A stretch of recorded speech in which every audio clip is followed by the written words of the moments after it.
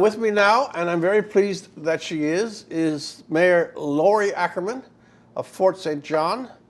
Lori has recently received a high award from the energy industry of Canada, which we will shortly explain and explore. But mainly she's with me here today to discuss resource development in Canada, the energies that are behind it that are holding it back, the impact of these political campaigns on municipalities and on Canada as a whole.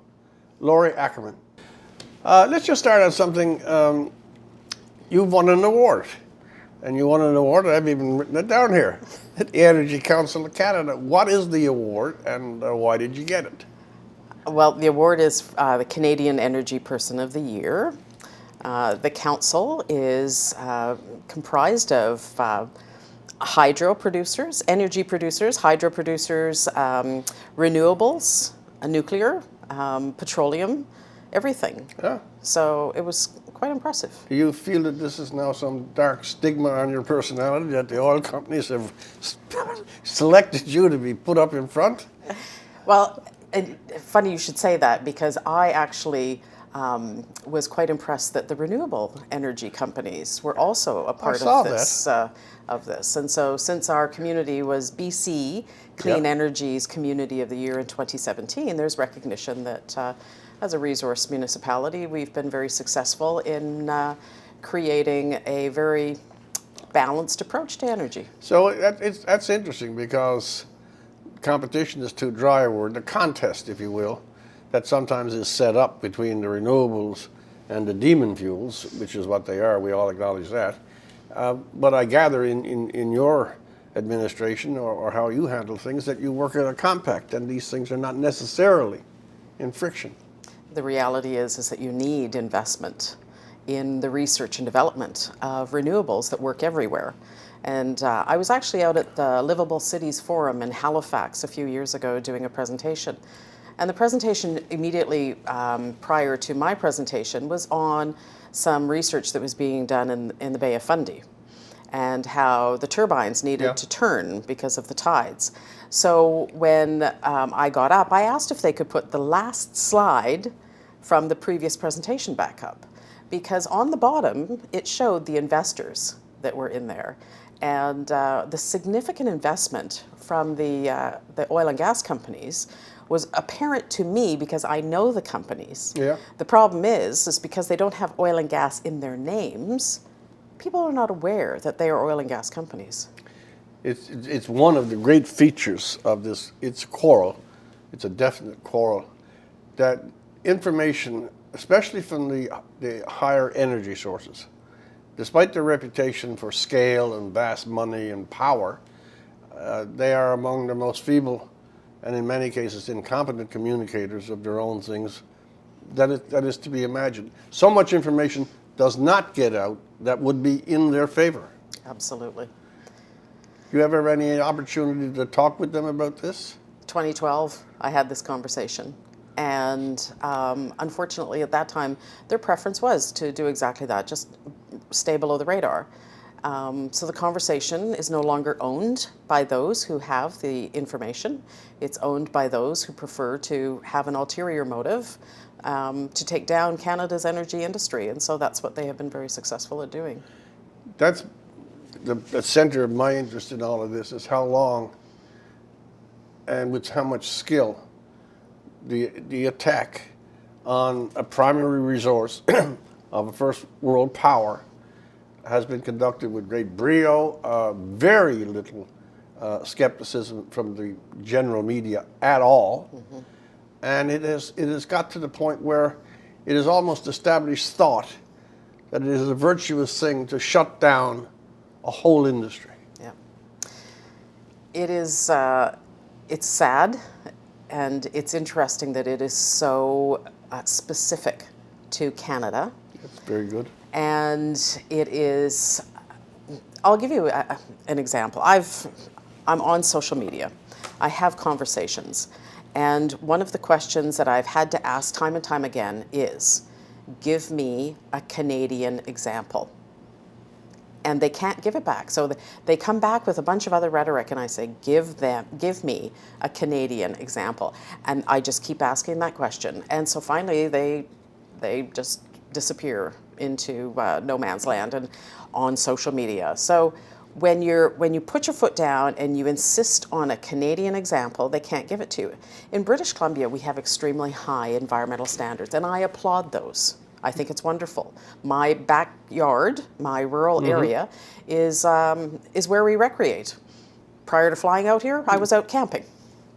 So when I can show people how we have taken, in the province of British Columbia, an industry that has this reputation and a province that requires the environmental standards that it has, and married the two together, it's important for people to see that it is very possible. It's just, it takes the willpower of the elected officials to marry those two together. I was going to go somewhere else, but I want to pick up on what you just said now. The power of the elected officials, the power of the civil service, the power of people in semi-academic positions. A lot of people know, they actually do, I'm going to make this a statement. A lot of people actually know that even if there is a core of authenticity in the environmental movement, that it is vastly exaggerated. It is in many cases an advance of ulterior motivations behind the scares. It can be superbly wrong over and over and over again.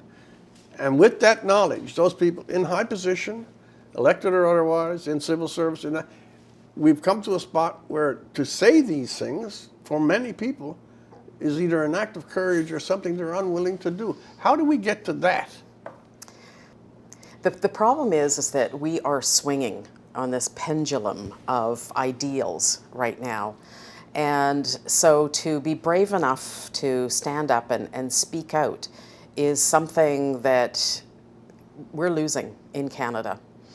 We have a couple of elected officials in British Columbia that know the facts and the truth, and they speak out whenever they can, or they very gently lead from behind.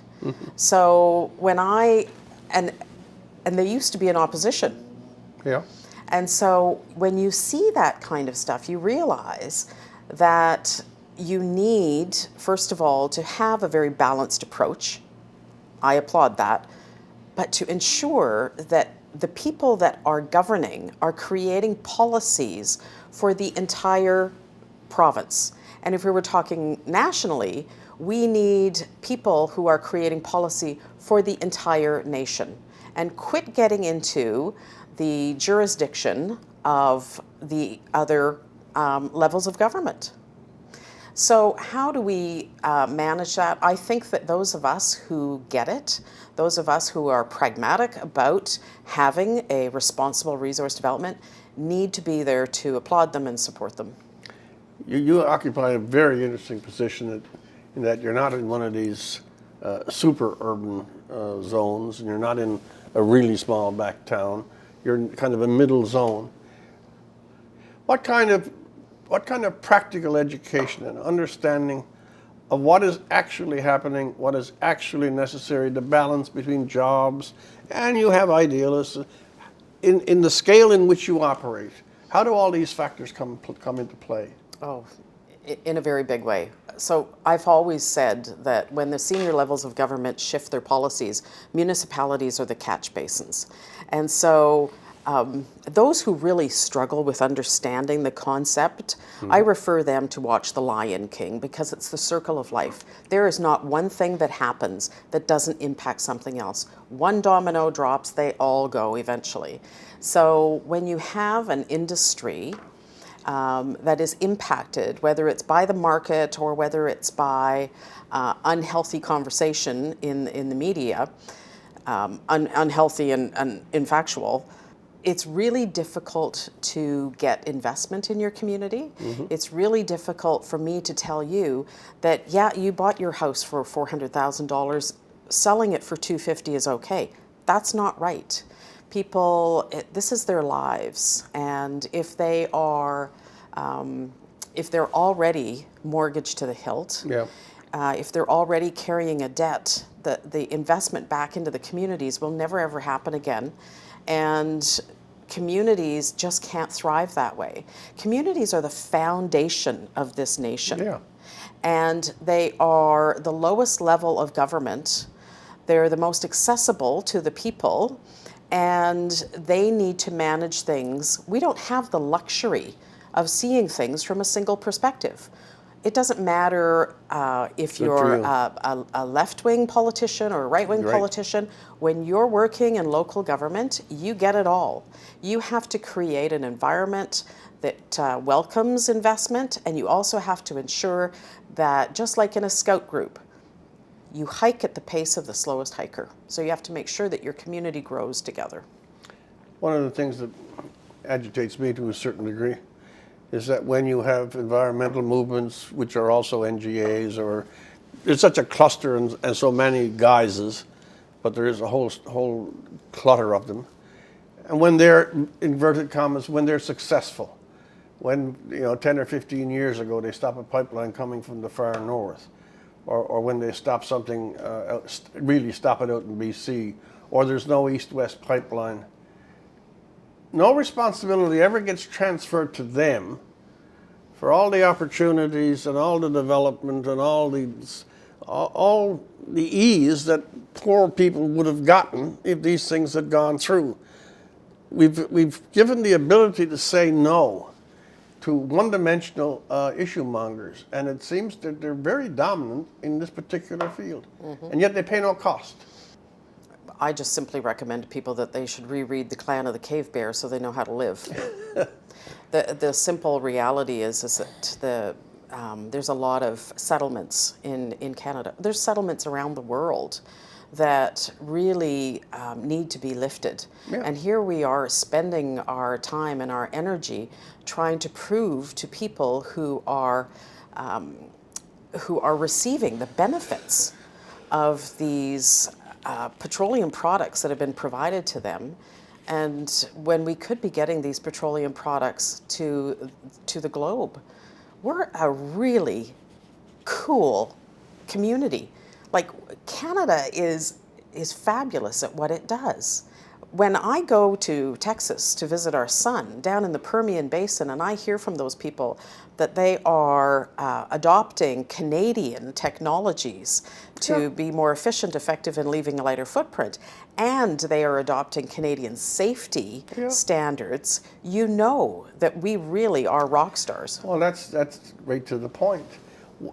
What's in the cultural air, or the semi-political air, that having reached, I agree with everything you just said. It is a very cool place. We built it, it's secure, by all standards, has reasonable health and welfare and all these things.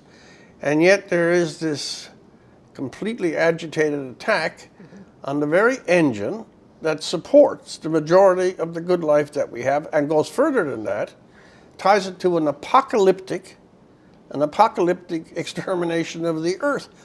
Why do we do this? Why do we denigrate our own success?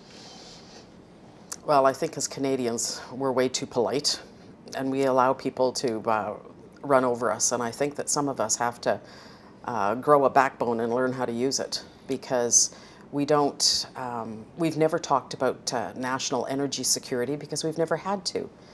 Others have had to.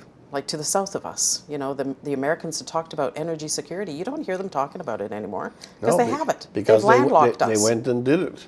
Yes. We could have the same. Yeah. And they did it through different iterations of presidents. Yes, they did. And there was no stopping them. It didn't matter if it was a Republican president or a Democratic president. They have been successful. I wonder how United States, China, other oil-bearing countries, when they look at us and they realize that in the last 5 to 10 years, there's not been a single pipeline built to a shoreline. A country as advanced as ours, that has the resources that we have, that has superior technologies, and has pioneered certain exploration activities, and we're up here talking about a pipeline. One. Do they think we're mad? Well, most likely. And the interesting thing is most of the people that are in favor or support pipelines have them in their backyard. Of course they do. I had a young fellow from a pipeline company come and see me, and he rolled out his blueprint on the table in my office, and he said, and he started at this, and he wasn't alone, and I looked at him and I said, I know where your right-of-way is, and I know what the requirements are for you to build the pipeline, so roll that thing back up again. I want you to tell me how many local contractors you're hiring and how many local people you are hiring to do this job. And the fellow that was with him started to laugh. He said, I told you that's what she'd be concerned about. The pipelines, the construction and the operation of the pipelines are regulated, very well regulated in Canada. We have institutions we should be proud of that do that. My concern is, how are you leaving my community better off? That particular project was 85% local content. Good for you. No, the irony is, as I said, I'll give you the whole list again. Best technology, 80 years later, computers have come on stream. Oil companies are far more sensitive than they have ever been about any possible injury or spill because public relations and profit. And this is the period in which we say no, whereas 80 years ago, build it and everything is going.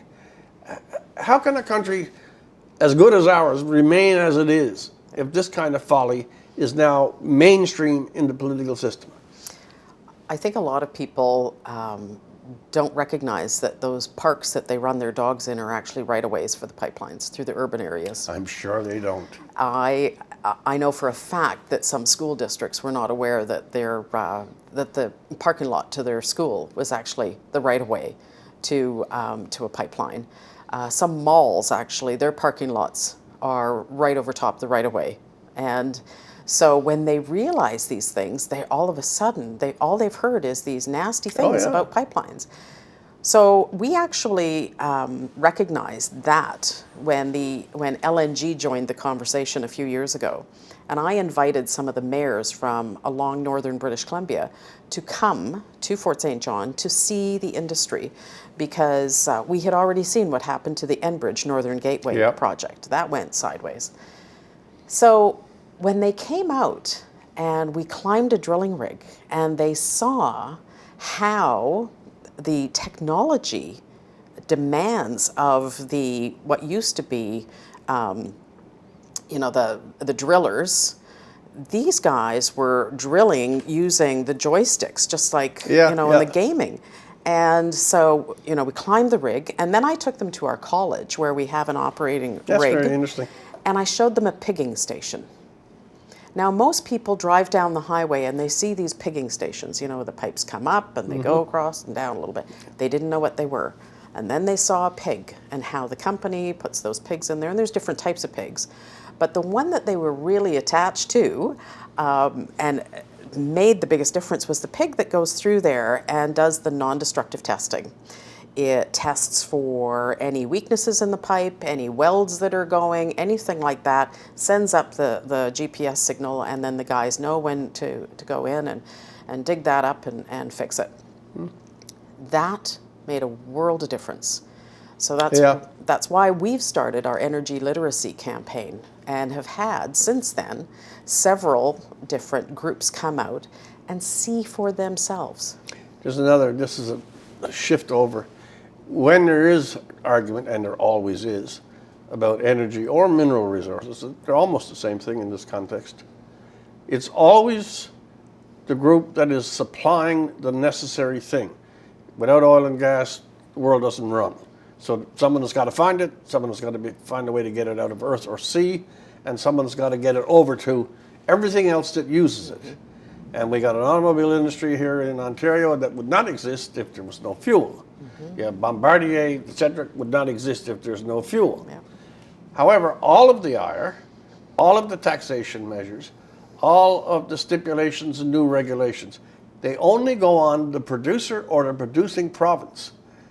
There's no such, they don't say, okay, we have a climate emergency, and therefore in Ontario for the next 2 months, only half the cars will be able to drive on a given day, because it is an emergency.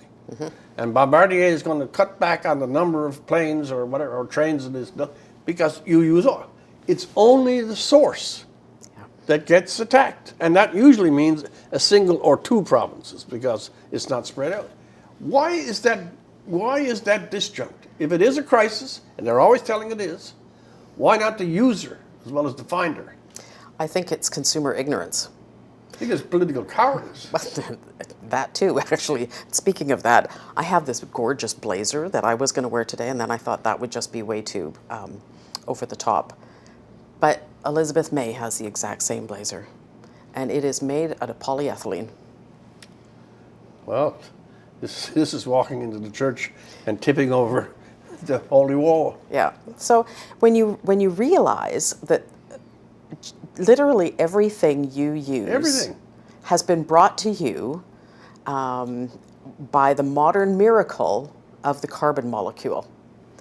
And when you get your head wrapped around that, then you realize that as a consumer, you're the one leaving the footprint. When I was growing up, we were taught the 3 R's: reduce, reuse, recycle. So we decided to recycle.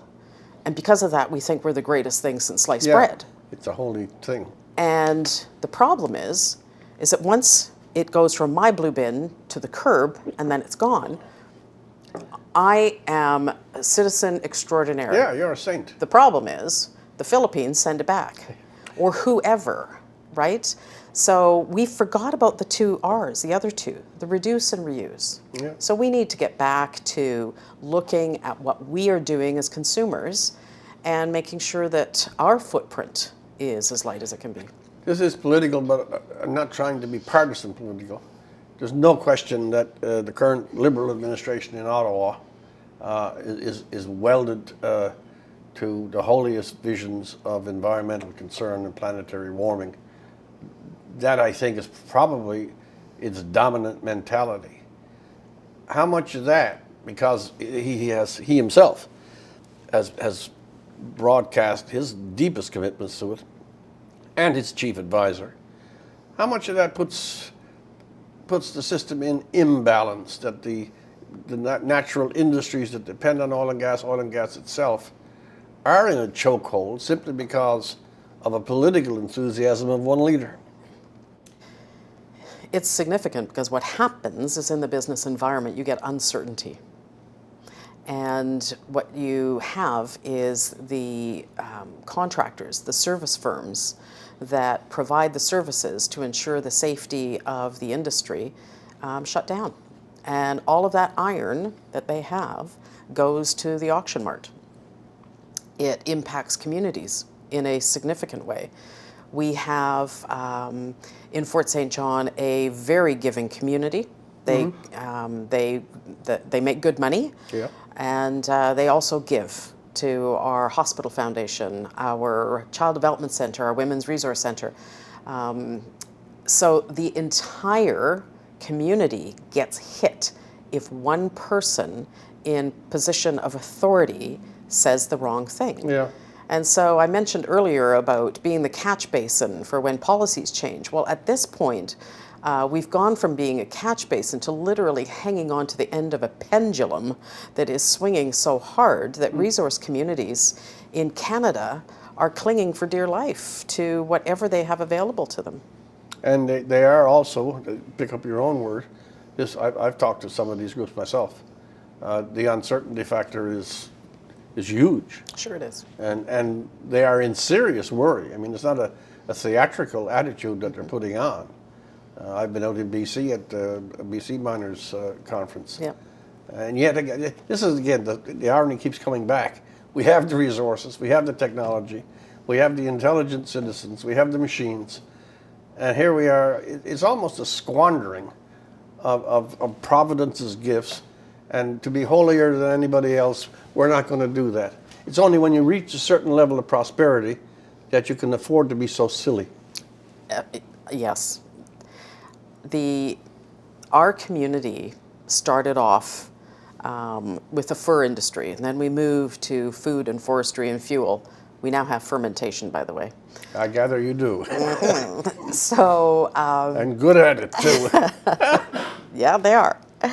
So, you know, when I look at the history of our community, my residents make sure that things aren't happening out there, and if they are, it's cleaned up, it's reported, Yeah. that kind of stuff. If you don't live in our community, then you don't have that ownership. Yeah. And so we have been really successful with innovations in the industry from the on-the-ground people that work there. They're out there working at 40 below and they figure out a new, more efficient way of managing things, then you can be darn sure that they're going to be doing that. And I'll give you an example. There's a company, MCI Solutions, and you used to have to shut down the pipeline, the natural gas pipeline, to inject chemicals into it to ensure the integrity of the pipeline was maintained. Okay. Now, so what that did was you shut down the pipeline, so there goes your revenue. You had to flare off what was in there, so there's GHG emissions. Then you had to inject this stuff, secure it again, and fire it back up again. So along with all of the loss of revenue and the safety concerns and the GHG emissions, you know, this was impacting the industry. Okay. And so this fellow, through the use of the pressure within the pipe and solar energy, created a little pump that just connects right to the pipeline and injects the chemicals automatically. But when you're at 40 below and you have to shut that pipeline down, Yeah. et cetera, you see a new way of doing business. And that's just one innovation. And so we have that secondary manufacturing plant in our community. See, that's very, very good. I'll veer off that toward this is a conclusion. Because you are a mayor and because you have considerable standing in the community as well, do you get much crosstalk with either your equivalents or other mayors in Alberta? I'm very interested in Alberta per se at this point. What we hear about the industry, as I said at the beginning, and we hear from the journalists and all that. What are the towns of Alberta in the last 4 and 5 years after the price failure, after the great fire in Fort Mac, after the flood, the carbon taxes, and I mean, is there anything else that could happen to them? And then what are they saying to you when you have informal chats with them about the state of petroleum politics? Well, I won't suggest what else could happen to them because you wouldn't want to jinx it. Those mayors have fear. They're afraid for their communities. They're afraid for the residents within their communities. It's really difficult when you're in a rural resource community to keep your, you know, the youngest and the brightest. Yeah. And so when you have nothing to offer them, then they will go. They will find other opportunities. And so it's really difficult. We are working to try and build a coalition of resource communities across Canada. Good for you. It doesn't matter if you're a fisherman in Newfoundland or an oil and gas worker, agriculture, whatever the case may be. The reality is resource communities in this nation are absolutely phenomenal at what they do, and they should be applauded, and we need a national government that recognizes that. That's the best statement I've heard on that, and it's so succinct. You're a treat to talk to. Thank you for coming over. Thank you.